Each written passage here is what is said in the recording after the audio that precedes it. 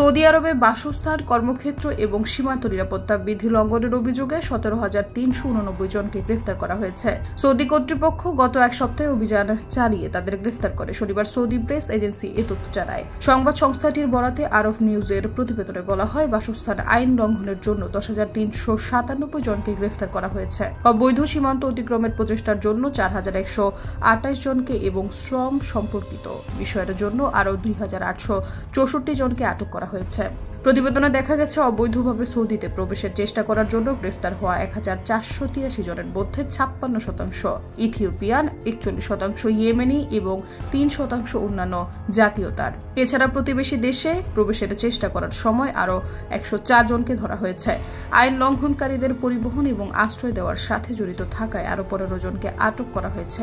স্বরাষ্ট্র মন্ত্রণালয় জানিয়েছে, সৌদিতে অবৈধ প্রবেশে সহায়তাকারী যেই হোক না কেন তাকে শাস্তি দেওয়া হবে।